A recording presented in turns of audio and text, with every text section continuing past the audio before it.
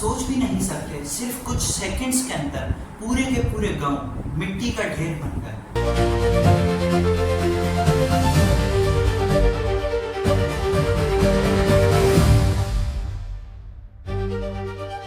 पाकिस्तान के पहाड़, नदियां और दरिया जो हमारी जिंदगी का हिस्सा हैं, वो आज हमारी मौत का पैगाम बन गए। ये सिर्फ बरसात नहीं थी, ये एक ऐसा क्लाउड बर्स्ट था जो इंसान की सोच से भी ज्यादा तेज था। सवालों का सिलसिला शुरू हो चुका है, क्या ये एक सिर्फ नेचुरल डिजास्टर था या क्लाइमेट चेंज की एक खौफनाक वार्निंग? हर साल मानसून पाकिस्तान के लिए एक टेस्ट होता है, लेकिन इस दफा जो कुछ हुआ उसने रिकॉर्ड तोड़ दिए।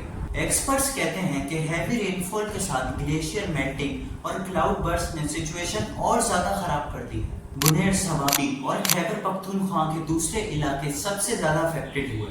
सिर्फ एक दिन में 150 से ज्यादा लोग मौत का शिकार हो गए।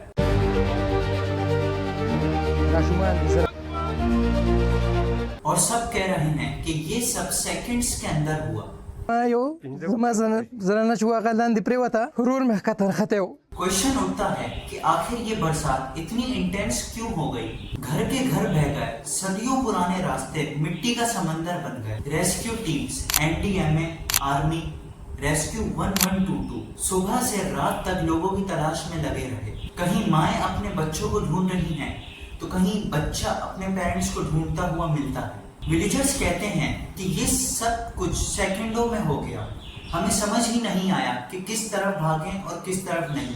अब तक ऑफिशियल नंबर्स लगभग 365 से ज्यादा लोग मर चुके हैं। नेशन वाइड मानसून से 695 डेथ्स रिपोर्ट हो चुकी हैं। हजारों लोग बेघर हो गए। इंफ्रास्ट्रक्चर, रोड्स कट गए, पुल्स कट गए, ब्रिजेस गिर गए और इलेक्ट्रिसिटी बंद हो गई। कम्युनिकेशन नेटवर्क्स डेड हो गए। ये सिर्फ एक शहर या गांव का मसला नहीं, इससे पूरा मुल्क इम्पैक्ट हुआ। साइंटिस्ट का कहना है कि क्लाइमेट चेंज सिर्फ एक थ्योरी नहीं, एक रियलिटी है। पाकिस्तान दुनिया में उन मुल्कों में से है जिसका सबसे ज्यादा क्लाइमेट इफेक्ट का असर हुआ। एक्सट्रीम हीट, ग्लेशियर्स का मेल्ट होना, सडन फ्लोडिंग, अर्बन प्लानिंग की कमी और इलीगल कंस्ट्रक्शंस और ड्रेनेज सिस्टम की बुराई ने और बढ़ाया है इस चीज। लेकिन सवाल ये है कि क्या हम लोग कुछ सीख रहे हैं? मैं अपने घर के अंदर थी, बच्चे खेल रहे थे, लेकिन अचानक ऐसा लगा कि जैसे आसमान टूट के गिर गया हो। पानी हर तरफ आ गया। मैं सिर्फ अपनी बेटी को पकड़ पाई, बाकी सब बह गए। ऐसी कहानियां हर गली से आ रही हैं। ये सिर्फ स्टैटिक नहीं, ये इंसानी जिंदगी का सबसे बड़ा इम्तिहान है। ये ट्रेजेडी हमें दो चीजें सिखा रही है। एक, नेचर के अगेंस्ट इंसान हमेशा छोटा होता है।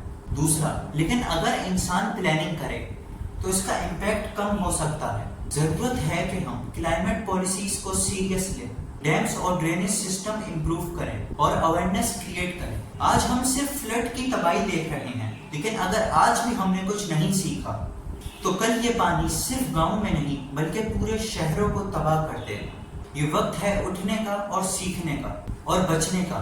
सवाल सिर्फ ये है कि क्या हम तैयार हैं?